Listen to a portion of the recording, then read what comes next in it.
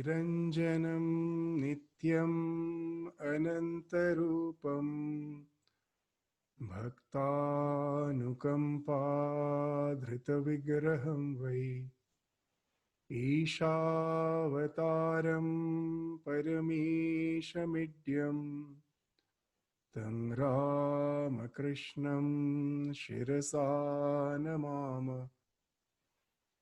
जननीं शारदां देवीं रामकृष्णं जगद्गुरुं पादपद्मे तयो श्रुत्वा प्रणमामि मुहुर्मुहुः नमः श्रीयतिराजाय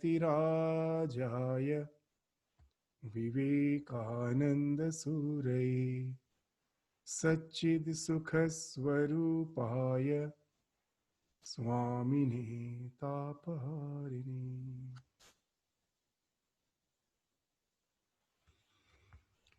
So now we will continue with our study of Karma Yoga, Swami Vivekananda's Karma Yoga, his lectures on this topic. So we were studying the second chapter of Karma Yoga, that each and everyone is great in each is great in his own place. So we have already studied the initial portion, quite the substantial part of the initial portion. So today we will take up from the portion we are supposed to start. For that, I will share the screen so that you can also refer to the text.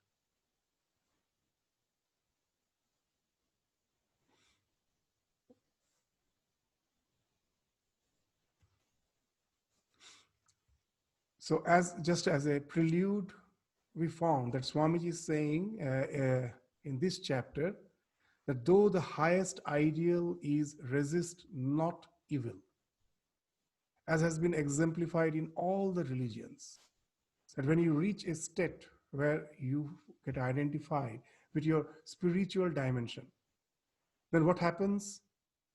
That the awareness about your infinite nature, that becomes so palpable, that becomes your real identity. And then all the things related to this phenomenal world, related to this ego. At present, I think this body is the be all and end all of my existence. Anything that harms it, I should avoid. Anything that nourishes it, I should pursue. So that all comes because of that ignorance, basic ignorance, that this is me. But for there are people, we shouldn't think that the world is only filled with the people who are having the awareness of their sensate existence. There are beings who are always aware of their spiritual dimension. As has been said in the Bhagavad Gita, that ya nisha sarva bhutana, tasya jagarti samyami, that what is night to us is daylight for the one who is samyami, who has already desisted from the sensual pleasures of life, from the sensate world, and has been established in his identity with a spiritual nature. So for him, that's like the daylight. For us, that's something like night. You know, that this same world, what to speak of the spiritual dimension, even in this world, there are some nocturnal animals for whom our daytime is night and our night is day for them. The nocturnal animals which see only the infrared light, you'll find a very interesting thing, that at night, which we think pitch dark, actually it is not pitch dark. The earth is permeated by the infrared radiation. And those whose eyes are adapted to see that, those nocturnal animals, at night they become quite active. The owl, the other nocturnal animal you will find, can easily catch its prey at night. It is able to see the prey because the infrared light which is permeating the earth is something which is visible for them. So when in the physical world we find that we all don't exist in the same plane of existence. And what to speak when one is established in the spiritual dimension. then his total world changes.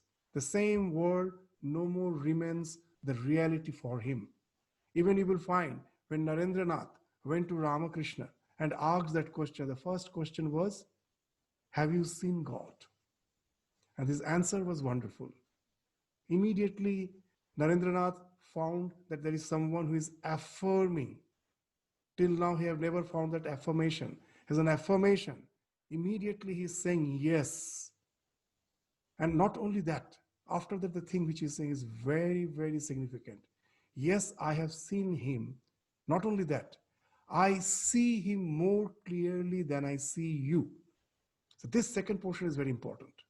I see him more clearly than I see you. For me, for us, those who are still engulfed in this so-called sunset plane of existence, for us, this is the reality. Spirituality is something imagination, at the most a vivid visualization, but it's never real. But what Ramakrishna is saying is very interesting. I have not only seen God, there are many who may say, at dream I have seen God, but still it's a dream, it's not a reality. Ramakrishna is saying that spiritual dimension is the reality for me.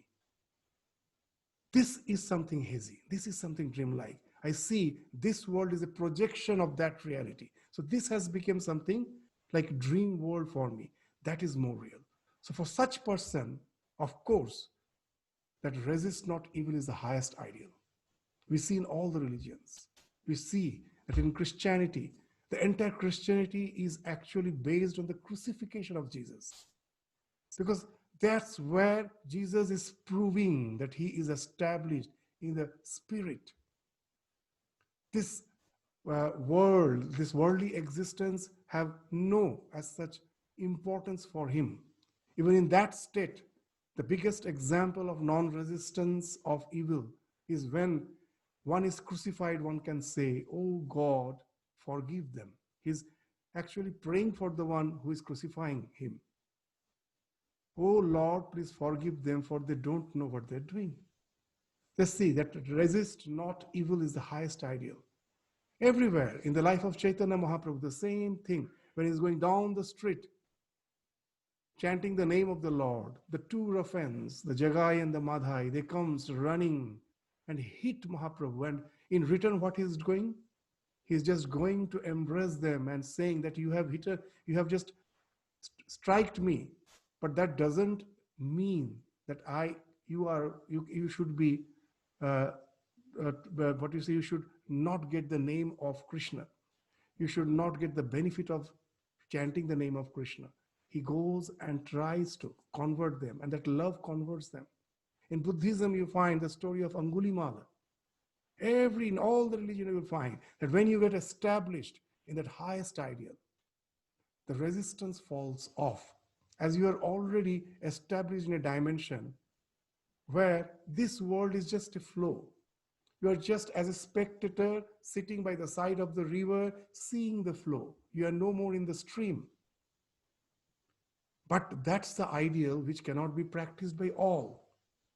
So there is a gradation, what Swamiji till now wanted to explain us, that the ideal, the highest ideal is something which cannot be imitated. We have to evolve up to it to really practice it. Before that, our ideal may vary. Most probably to resist at this stage is something which is required. So that's the ideal Swamiji is gradually bringing to our mind. That ideal need not be a fixed ideal. As per our gradations in society, as per our evolution, the ideals may vary. So we will now let us proceed to have a much more clear idea of what Swamiji intends to point out, just what's the thing which he wants to demonstrate. So here what he's saying, now let's just go to the text and then we will again go to the explanation. I once met a man in my country whom I had known before as a very stupid, dull person who knew nothing and had not the desire to know anything. and was living the life of a brute. He asked me what he should do to know God, how he was to get free. Then Swamiji's reply was, it's really very shocking. Swamiji asked him, can you tell a lie? I asked him. No, he replied. Then you must learn to do so. It is better to tell a lie than to be a brute or a log of wood. It's very interesting. In some other place, Swamiji says, the cow never speaks lie. The wall never steals. But the cow ever remains the cow. The wall ever remains the wall. There is no evolution. A human being steals. A human being speaks lies. But he has the capacity to really manifest the spirituality. So all those things are something which doesn't define him. That's why we say, in our scripture, it is a very interesting thing they say, that speak the truth, but never speak the unpleasant truth. Satyam bruyat, priyam bruyat. So you may say, why? Unpleasant truth also has to be spoken. Why should I speak the unpleasant truth? Because know it for certain, the unpleasant truth which we speak out is a lie. Is just flatly a lie. You will say, how? Suppose someone does a stupid thing and I say, you are a stupid. So when at the moment I say stupid, as if I'm going to define that person by saying he's stupid, as if he or she has no capacity to evolve and become a wise person. It's not a fact. If someone steals and I say that you are a thief, it's a lie. This unpleasant truth itself is lie. Why? That yes, at a certain moment of time, because of the ignorance, he did some act which is not desired. But that doesn't mean that throughout eternity he's going to be a thief. He can evolve, he can become a saint. So I might, instead of saying that you are a thief, you are a liar, you are a stupid, like Krishna, we should have told, the way Krishna is instructing Arjuna, that I have never thought that you will be, you being such a brave person, will resort to such type of cowardly attitude. That this cowardly attitude somehow has came to you for the time being, but that doesn't define you. So that's the way. When this in your house, the child does something stupid, instead of saying the child you are stupid, the better way to say, you are such an intelligent boy or an intelligent girl. I never thought that such a stupid thing you could have done. Yes, you are intelligent. For this time being, you have done something very stupid, but we deserve you manifest the real thing which is within you. So that's the way. In English, there's this way of saying it, that if you treat a person what he or she is, he or she remains as he or she is. And if you treat a person as he or she should be, the person transforms into what he or she should be. So what that speaks of, that inherent capacity within us to outgrow. A cow cannot do that. A wall cannot do that. As a human being, we can do that. And that's why just to stay in the state of tamas, where I just do nothing, then what happens? The chance to outgrow is totally blocked. Because you know for certain that what is life? It is a chain of experiences, nothing else. And what is the aim of life? To learn from those experiences. Unless you don't do something, you don't gather the experience. The life, the world is planned in such a way. If you do something crude, you are bound to get some blows. So that's why Swamiji is saying, do something. Don't just remain idle. If you have just remaining idle, then you may appear to be a very nice person, but there is no chance of growth. Do something. If you want to steal, go and steal. The world is there to give you a nice blow so that next day you get the feedback. You know, this is not the way. There is no shortcut to happiness. I have to think of a much more reformed way to really live the life. So you get the blows and learn. Life is a chain of experiences, and we learn from those experiences. Otherwise, those experiences have no value, and we gradually evolve. So that's why Swamiji here is saying that you do nothing. Even if you would have done something crude, it would have been better. Why? The life would have taught you. But just lying idle, you gather no experience. You remain as you are. So Swamiji, just to give him a shock, he's asking, can you tell a lie? He replied, no. Then you must learn to do so. It is better to tell a lie than to be a brute or a log of wood, just lying inactive. So that's the root shock Swamiji is giving. You're inactive. You have not certainly reached the highest state. So here again, Swamiji is indicating that apparently it appears to be the same. A lazy, tamasic person doing nothing, and a saint like Raman Maharshi as if doing nothing. They look as if same, appear outwardly the same, but there's a pole difference. Just the way I cannot see the infrared light and I cannot see the ultraviolet light. Just the way I cannot hear the ultrasonic sound, and again I cannot hear the infrasonic sound. But one sound, the planes. Generally the airports are away from the residential area. Why? The supersonic planes, the jets, when they land or they take off, such a huge vibration, that supersonic vibration they create, which you won't hear, but which will crack the glass panes of your windows. But they're the same, that such a intense sound you don't hear, and a very mild sound which is less than 20 hertz, that also you don't hear. Are both same? No, they're poles apart. So Swamiji is saying, in our life also, a tamasic person and a sattvic person outwardly may look the same. And sometimes the tamasic person himself also may just deceive himself by thinking, I am sattvic. But for him, Swamiji is saying, better it move out and do something crude. The life will teach you, and then you can really go to that state. So that's why Swamiji is saying, you're inactive. You have not certainly reached the highest state, which is beyond all actions, calm and serene. You are too dull, even to do something wicked. That was an extreme case, of course, and I was joking with him. But what I meant was that a man must be active in order to pass through activity to perfect calmness. There is no shortcut. We have to go through all these activities of the life, which Swamiji says that the biggest mistake we do, in some other place saying that we think this world is a pleasure garden. This world is never the pleasure garden. It is a gymnasium where we have came to make ourselves strong. All the experiences of life are the weights against wind, against which we have to work to really gather that strength and reach that state of calmness.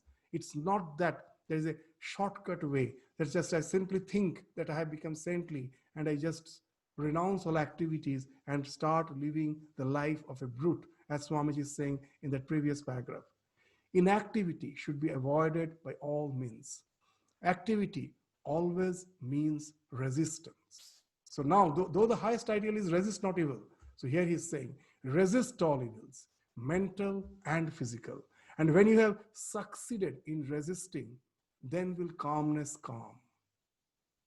So even in our day-to-day life, suppose you want to become an expert instrumentalist, some say sitar, because you have a passion for it, you have heard someone playing the sitar and you were so mesmerized by the music. So now you develop a desire, why not I also try to play like him? So first what you have to do, you have to come out of your tamas. That if when you feel that I have to practice, you don't feel like every day you have to come out of your tamas. And at the beginning you will find until you reach the skills are not up to the challenge. It's not a very pleasant thing. Every day you are trying, the music doesn't give you any happiness. You're every day trying your best to develop the skills. But nowadays in the flow psychology say that when the real happiness comes, the moment your skill meets the challenge, now a wonderful thing will come. What's the thing? Now again, when you were not playing the sitar, there was no effort. Here again you will find you are playing the sitar, but there is no effort. The music, because you have become an adept in it, the music flows, you're tremendously absorbed without any sense of involvement. You have become such an adept in it that the music is coming out spontaneously. So that's the basic difference. There was no effort when you were not playing. There is no effort when you have become an adept. There's no effort. But you had to go through that resisting the evil in the form of laziness, in the form of lethargy, in the form of lack of confidence. I had to go through all those things. I had to resist them. Then only have reached that state. So that's why resist all evils. Till you have reached that state, resist all evils, mental and physical. And when you have succeeded in resisting, then the real calmness will come. Then will calmness come. It is very easy to say, hate nobody, resist not evil. But we know what that kind of thing generally means in practice. So now, as we told, Swami Vivekananda is having the scriptures in the background of his mind when he's giving this lecture. So now the line which he's speaking is again, we will find is something which is he's quoting from the Bhagavad Gita. First, let us read his lines, which is a very, very free translation of a slok of the Bhagavad Gita. What he's saying, when the eyes of society are turned towards us, we may make a show of non-resistance. But in our hearts, it is canker all the time. We feel the utter want of the calm of non-resistance. We feel that it would be better for us to resist. If you desire wealth and know at the same time that the whole world regards him who aims at wealth as a very wicked man, you perhaps will not dare to plunge into the struggle for wealth. Yet your mind will be running day and night for money, after money. This is hypocrisy and will serve no purpose. So that's the thing we will find in Bhagavad Gita. Bhagavan is saying, Bhagavan Krishna is saying what? Karmendriyani sangyamya ya aste manasa smaran indriyarthan vimurhatma mithyachara sa uchyate. This word hypocrisy in Bhagavad Gita is being, you can translate it as the mithyachara. That one who restrains his senses, indriyani sangyamya, and the organs of actions, the karmendriyani sangyamya, and the senses they have restricted, and what he's doing, but whose mind dwells on the sense. You're constantly, that canker is there all the time. That's the thing Swami is saying. His mind is dwelling on the senses. Certainly deludes himself. So he is vimuratma and mithyachara. What? He is a hypocrite. His mind and his words doesn't tally. He professes something which is his not real intention. So that's the thing. So never try to fool yourself. As long as you feel that canker is always there, don't think that you are practicing titiksha. The word titiksha in Shankaracharya has very nicely defined in Viveka Chudamani. What he's saying? Very nice definition of titiksha. This, what you say, to forbear. The titiksha, we can say forbearance. What is the characteristic of real forbearance? Sahanam sarva dukkhana. Just go on forbearing all suffering. Sahanam sarva dukkhanam apratikara purvakam. Without trying to reform, without trying to get rid of it. The next line is very important. Sahanam sarva dukkhanam apratikara purvakam chinta vilapa rahitam. The chinta vilapa is what the Swami is using the word cankering. If the cankering is going on, I find that if I react, then the situation will be such that it will be beyond my control. So forcefully I keep myself quiet, but inside that cankering is going on. So that is not titiksha. That chinta vilapa rahitam. I just don't go on thinking over it. I just don't do vilapa. I don't have the capacity to really resist that. And that's why I'm keeping quiet. You go behind that type of vilapa, all those, what you say, this complaining.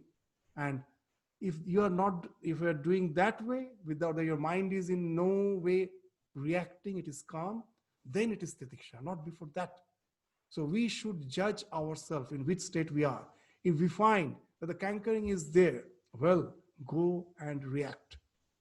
Go through the experiences, and then gradually you can really think of reaching the state where you can still be calm, you can still be forgiving, you can still be loving others, even when the world is there waiting to take as if some revenge against you. As they don't understand you properly, they are going to revolt against you. But still you are calm, still you are forgiving. So that's the state. When you have reached, then you can practice non-resistance, not before that. Plunge into the world. And then after a time, when you have suffered and enjoyed all that is in it, will renunciation come. Then will calmness come. So fulfill your desire for power and everything else. And after you have fulfilled the desire, will come the time when you will know that they are all very little things. But until you have fulfilled this desire, until you have passed through that activity, it is impossible for you to come to the state of calmness, serenity, and self-surrender. So this real calmness, serenity, self-surrender is something which is desired. Even in the Bhagavad Gita, we will find Bhagavan is saying that what the ideal state should be: apuryamanam achala pratishtham samudramapa pravishanti tadvat yadvat tadvat kama yam pravishanti sarve sashanti mapnoti na kama kami. So a state is there, the Brahmi sthiti. In the second chapter, last sloka, Bhagavan is saying, the Brahmi sthiti, a person who is not disturbed by the incessant flow of desires. You know, in the ocean, there are so many rivers, canals, constantly they're flowing into the ocean. All the water is coming and flowing into that ocean. But that doesn't in any way disturb the ocean. Its water doesn't rise, or the ocean doesn't start overflowing because the water from so many canals and rivers are coming. It remains as it is. So that's the example Bhagavad Gita is giving, Bhagavan is giving in Bhagavad Gita, that there is a state where all the things goes on. Most of us think spirituality in what way? That yes, I have a lot of problems in life, so I pray to God to get rid of the problems. Know it for certain, that's the not real spirituality. The spirituality is what? I pray to God not to get rid of the problems. I pray to God to give me sufficient strength to be calm in facing the challenges of life. There's a very nice poem of song of Rabindranath Tagore. Bipode more rakkha karo, ito nohe more prarthana. Bipode jeno ami na kori bhoy. That I shouldn't be afraid to face the challenges of life. I should develop the strength to remain calm, composed, even when the world is coming in the form of huge torment, waves, tsunami, and just dashing against me. Still, I don't get agitated. In this life, it's most of the time we will find we have no control over the circumstances. We have no control. Circumstances are, if we could have changed, that would have been good. But we will find in most of the situations, we have no control over the situation, of the circumstances. So what's the best thing to do? Bend your attitude. Your attitudinal correction should be in such a way, you change your paradigm in such a way, the world goes on as it is, this mad rush goes on as it is, nothing affects you. So that calmness has to come, but it has to come through action. We just cannot say that today I decide I won't get agitated by this action, all these happenings of life, and I will remain calm. It's impossible. As Swami Vivekananda used to say a very nice story, that intellectually we may be convinced by the idea of Vedanta that I am the Atman, I am the Brahman. After hearing a pravachana on Vedanta, I may feel, oh, that's the correct thing. And then I move out to the world and I find that all the things start disturbing me. Then Swamiji says, what type of conviction you have? If you really think you're the Atman, the world is not supposed to disturb you. And then he's saying a nice story. He's saying, what's our condition like? Our condition is just like a stag, a male deer. A male deer one day was just standing by the side of a lake, and it was looking at its reflection in the water. And it found that it has very strong limbs, muscular limbs. The young one, the young deer, which was just by the side of the stag, it started, this adult stag started bragging. Just see how strong I am, how muscular I am. And he was bragging that I am strong, I am so muscular. Just see how strong muscles I have. And suddenly from nowhere, the stag even didn't see. It just heard the barking of a dog. And it started running frantically. And the young one also ran after the stag. After a long distance, when the stag felt most probably it is at a safe distance, it is far away from the dog, it stopped, and he was gasping for breath, was exhausted. The young one was very surprised. He asked, you were so confident just now. You were just so confident of your strength, of your muscular limbs. What happened? What made you so terrified? And then the stag replied, I don't know what happens to my confidence the moment I hear the barking of a dog. So that's the condition with us.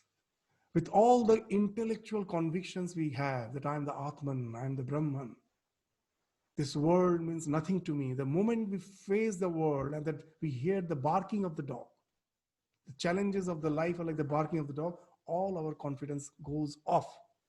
So that's not the real conviction. So real conviction is when we find that nothing is there to disturb me.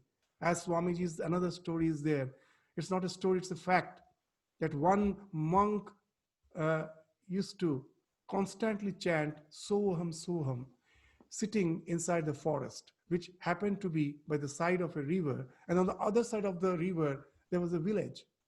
Even the people there could hear the chanting of that monk constantly chanting inside the forest.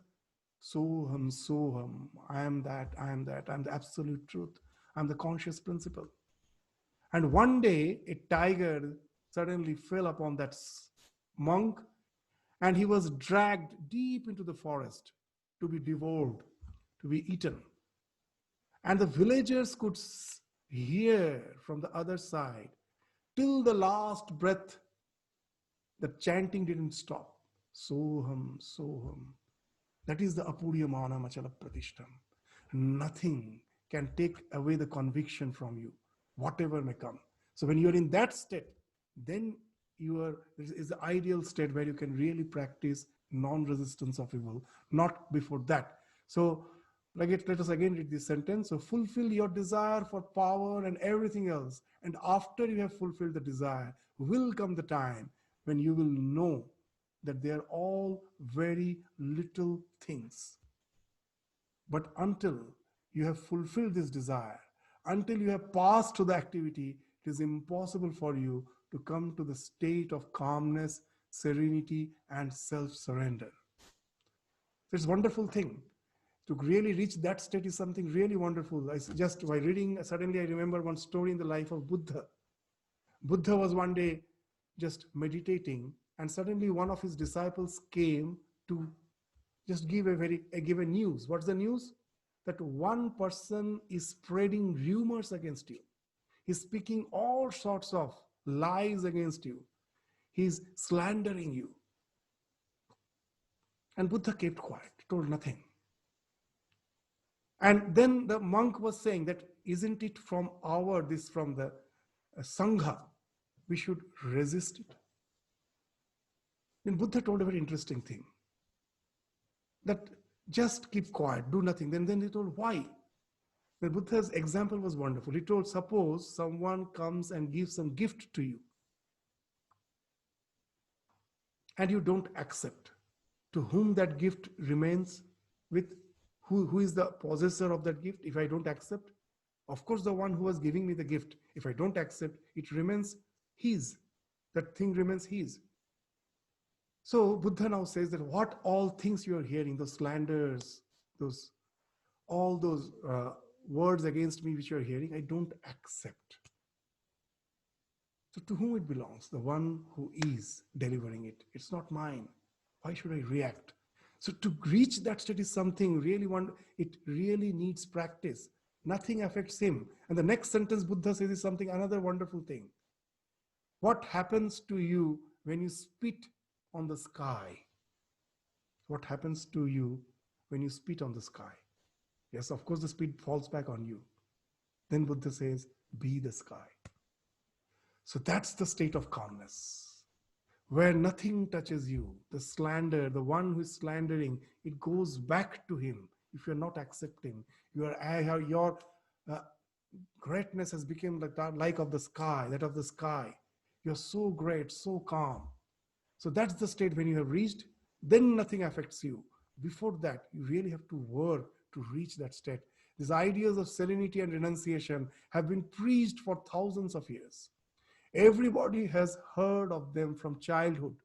And yet we see very few in the world who have really reached that state. As in the last class we were saying, in the last two classes we indicated that a great historical blunder happened with the Vedic civilization, post-Vedic civilization, that we had the idea, that's the idea, we will come to it. Swamiji is also indicating it, that there was a 4 ashramas, brahmacharya, grihastha, vanaprastha, sannyasa, and there was 4 chatur, purusharthas, dharma, artha, kama, moksha.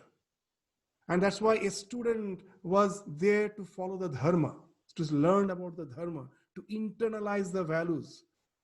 And then he was free to go for the pleasures of life, to acquire wealth, artha, kama. They were also the ideals. They never told that they are bad. But only thing, it should be guided by dharma, so that you maintain your integrity. Then a time will come, those ideals really fall short. You have evolved. Now you think of moksha. Then the sannyasa is there. But what happened? We forget in the post-Vedic era, we forgot all other purusharthas. We thought moksha is the only ideal. So as a result, what happened? Though we were not up to it, that was the only ideal left for us. So our social development stopped. The country which has developed the decimal system, on which the entire mathematics of the entire world now is dependent on, the country which had the concept of zero, without which you can have no computer, the binary system 0 and 1, the concept of zero, the decimal system, the metallurgy, the iron pillar, and you just go on the astronomical science, Aryabhatta's, Sushruta surgery, there was development in all the fields. Suddenly we find there's a stagnation. All those are stopped because artha kama, these are the things which are not to be pursued, only moksha. And now I'm not up to it. What happened? Social development stopped, and all sorts of evil practices, wrong beliefs in the name of religion started creeping in. As I cannot be up to the ideal, I have dragged down the ideal. That's what happened. And we were suffering. And that's the thing that Swamiji is saying here, that these ideas of serenity and renunciation have been preached for thousands of years. Everybody has heard of them from childhood, and yet we see very few in the world who have really reached that state. I do not know if I have seen 20 persons in my life who are really calm and non-resisting. And I have traveled over half the world. Every man should take up his own ideal and endeavor to accomplish it. That is a surer way to progress than taking up other men's ideals. So I just realize, so I just, as if doing nothing, resisting nothing, and I just imitate, take up his ideal, that will be a big blunder, which he can never hope to accomplish. And then Swamiji gives an example. For instance, we take a child and at once give him the task of walking 20 miles. Either the little one dies or 1 in 1,000 crawls the 20 miles to reach the end exhausted and half dead. That is the like of what we generally try to do with the world, just to impose one ideal for all. You go to the, what you say, a wardrobe a shop, a garment shop, and you find only one size coat is there, and everyone is bound to be fit in that. That's what has become with the so-called ideologies of the world. There's only one ideal.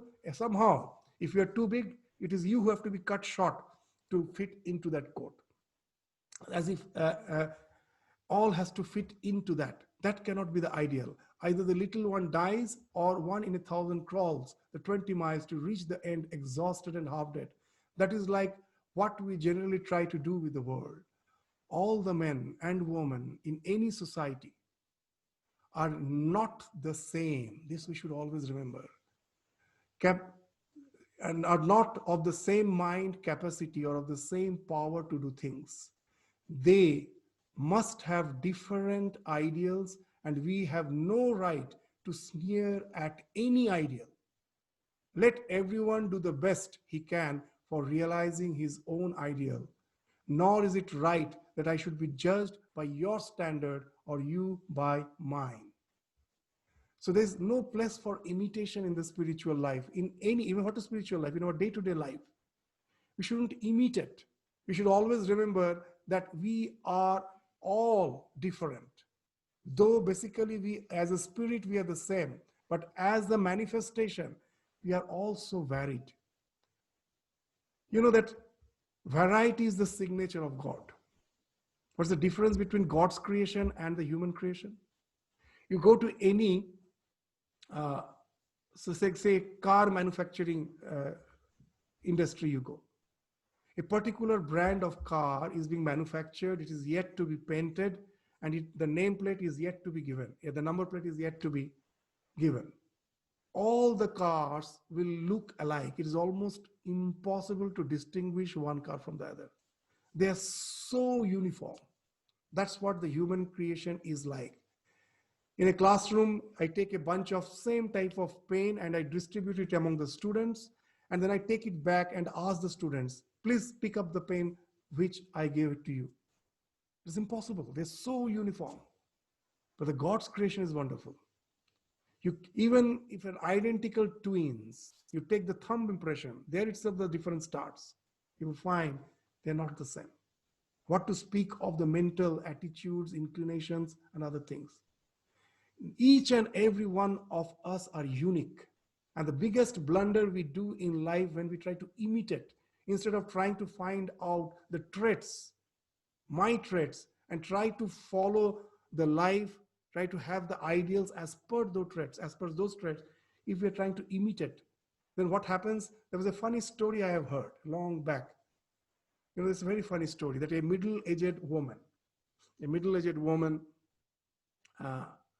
suddenly had a heart attack, had to be taken to the hospital, and she was in coma. She was in deep coma. And then she had a near-death experience.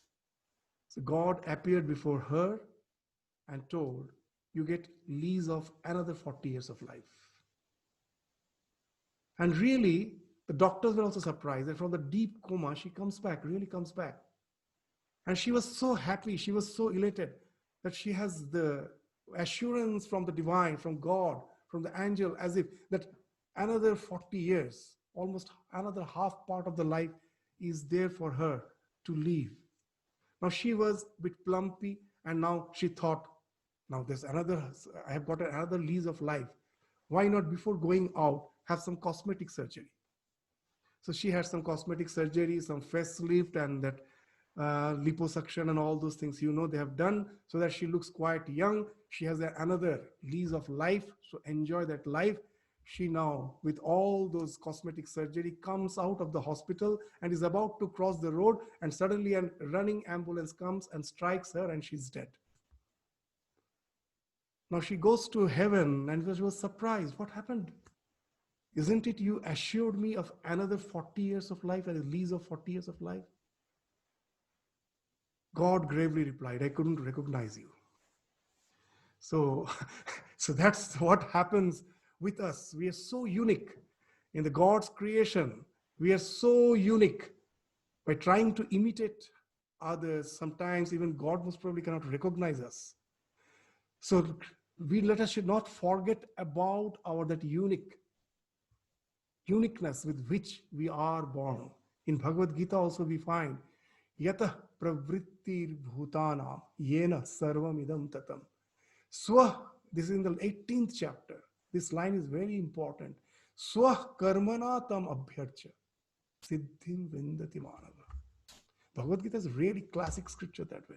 What a wonderful idea. Swakarman, you need not have to leave your this phase of life, your responsibilities. Swakarmana tam abhyarcha. Through your activities, in whatever state you are placed, you can worship. And you can not, and that worship is not just to pacify me, that you can somehow just crawl to the end of your life. It actually will give you siddhi, siddhim vindati manava. You reach that highest perfection, you attain the perfection, spiritual perfection, not by renouncing, but by doing the actions with a sense of dedication to the divine, by worshipping the Lord, who is the source of all beings and by whom the entire creation is permeated. Human can, by performing their own action and duty, attain perfection. So that's the idea which Swamiji is indicating here. All the men and women in any society are not the same kind and capacity or of the same power to do things. They must have different ideals, and we have no right to sneer at any ideal. Let everyone do the best he can for realizing his own ideal, nor is it right that I should be judged by your standard or you by mine. The apple tree should not be judged by the standard of the oak, or not the oak by the standard of the apple. To judge the apple tree, you must take the apple standard, and for the oak, its own standard. And then Swami says, this unity in variety is the plan of creation. So the variety is there. Beyond that, the unity is of course there. The unity that we are all the same, the spiritual, as per the spiritual entity is considered, is taken into consideration. We are all same there. But the way it is manifested, their variety has to be acknowledged. And by acknowledging that, we have to choose our path as per our temperaments and requirements. We shouldn't try to imitate others. However, men and women may vary individually. There is unity in the background. The different individual characters and classes of men and women are natural variations in creation. Hence, we ought not to judge them by the same standard or put the same ideal before them. Such a course creates only an unnatural struggle, and the result is that man begins to hate himself and is hindered from becoming religious and good. If the constant prick of conscience goes on, outwardly we want to show something which my inner nature never uh, acknowledges. That cankering goes on constantly, and that at last what happens, we start hating ourselves. In this present world, we all are as if moving around with a price tag to show the world that what's my value, and that way we are posing ourselves to be something which we are not, and that's how it creates a tremendous dissatisfaction within us. We all know that in the present world that is a big problem, because from the very childhood what is taught is not the character but the behavior. What you feel is not important, but how you behave, so that the people can judge you by just your behavior, by the face value, not the real thing. And that's what we are taught.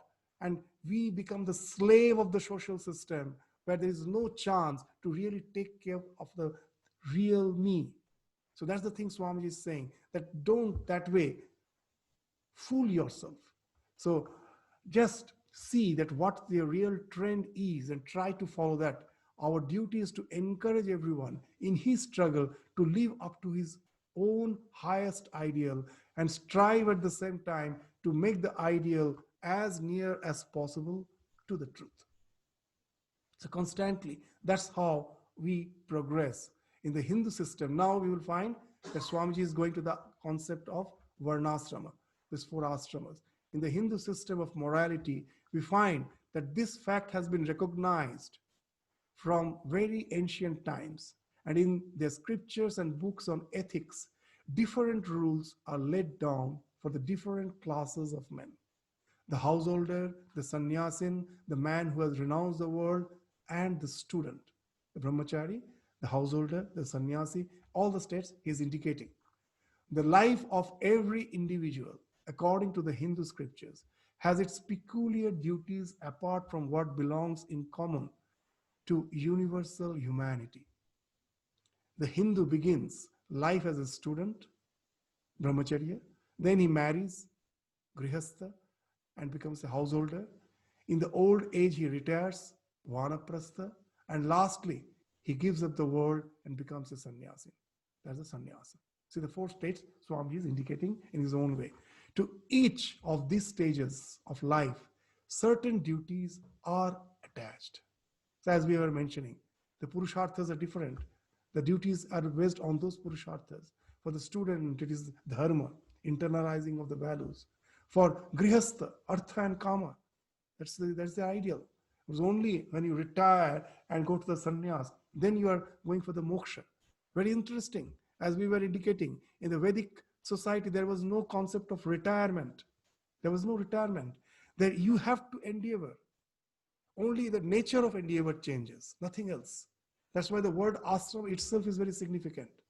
The word srama in Sanskrit means to endeavor. And wherever you use a as a prefix, it is used in the sense of engulfment.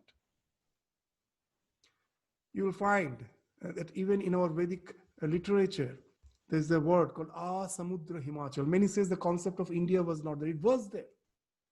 The land which is engulfed between from the ocean to the Himalayas, Samudra Himachal. Ananda. The Nanda itself means happiness. When you use before it means happiness which has no interruption. From the beginning to the end, full of Nanda is Ananda. Similarly, asrama. Srama means endeavor. When they use this prefix it means from the beginning to the end without any interruption, endeavor. So all the four ashrams speaks of endeavor. There is no retirement, but only the nature of the endeavor is changing. When you have fulfilled your household duties, now to become a renunciate is not easy. That needs a lot of endeavor. But yes, once I have realized that this is something which falls short from the highest ideal, I now shift my nature of endeavor, but still the endeavor is there. And then I continue with it. And that's what Swamiji is indicating here, that all the four stages, the Hindu begins his life as a student, then he marries and becomes a householder. In old age, he retires, vanaprastha, and lastly, he gives up the world and becomes a sannyasin. And now, to each of these stages of life, certain duties, as per the Purushartha, are attached. No one of these stages is intrinsically superior to another. One has to follow the other. Each is quite good as per your state. Your ideal is quite good for you. There is no question of saying my ideal is superior to yours. In that state, that's your ideal, that you follow. It is all question of different, in the present language, it is a question of benchmarks. Well, according to your benchmark, so is your product. So here also, as per the benchmarks you have fixed, all the ideals are quite good. The life of the married man is quite as great as that of the celibate who has devoted himself to religious work. The scavenger in the street is quite as great and glorious as the king on his throne. Take him off his throne, make him do the work of the scavenger and see how he fares. And take up the scavenger and see how he will rule. It is useless to say that the man who lives out of the world is a greater man than who lives in the world. It is much more difficult to live in the world and worship God than to give it up and live a free and easy life. So very interesting. That's what we will find that Swamiji, how nicely is saying that we all are a part of a huge team, as if it's a God's team. and we are all a part of the teamwork. Each has a role to play there. Each has a role to play to really come out. What is it? Not victorious, or the everything has a meaning when the team is working properly and playing his own role. No one can say there, my role is greater than you. Each and every role, if not played properly, you don't get the ultimate result which you're seeking for. Each and every role is there important. So here also Swami is saying, so what as per your state of existence in the Lord's yajna, yes, we can just loosely translate the teamwork as yajna. It's the spiritual teamwork, the yajna, where the concept of give and take is there. That I play my role in the bigger game, in the bigger picture, and then the entire thing comes out as a result. Each and everyone has a role there to play. No one can say that I am more important than you. Each and everyone is important. So the 4 stages of life in India have in later times been reduced to 2, that of the householder and the monk. And now Swamiji will just say that broadly what are the ideals of a householder and what are the ideals of a monk, and how they both are great in their own place. Just by following the life of a householder, the highest ideal where you reach can be the same as that a monk who is following his path with sincerity. So Swamiji will now gradually draw that point in. So now Swamiji will be giving the example of householder. The householder marries and carries on his duties as a citizen, and the duty of the other is to devote his energies wholly to religion, to preach and to worship God. Now, after just giving a basic difference of the ideal, now Swamiji will enter vividly into the ideals of a householder by referring to the passages from Maha-Nirvana Tantra. You will find it's very interesting. In the scriptures, the ideals which were fixed for the householders, it's really something we will find which we have to praise. We have to, this Lord alluded even in the present day, how nicely it has been prescribed. But now today, we have almost reached our time is over. So all the ideals which has been indicated for the householders in the Maha-Nirvana Tantra, which Swamiji will be quoting here, will be translating and quoting it to the Western audience. We will take up that portion again in the next class and see that the real ideal of householder is something very, very high. It's not that easy to really practice them and be an ideal householder. If you can do that, just being a householder, you can reach that highest goal. Just being a householder. That Swamiji will indicate in the next class. We will just take up it in the next class and we will see how Swamiji is proceeding with that idea. So with this, we stop our discussion today. Thank you, Swamiji. Namaskar. Namaskar.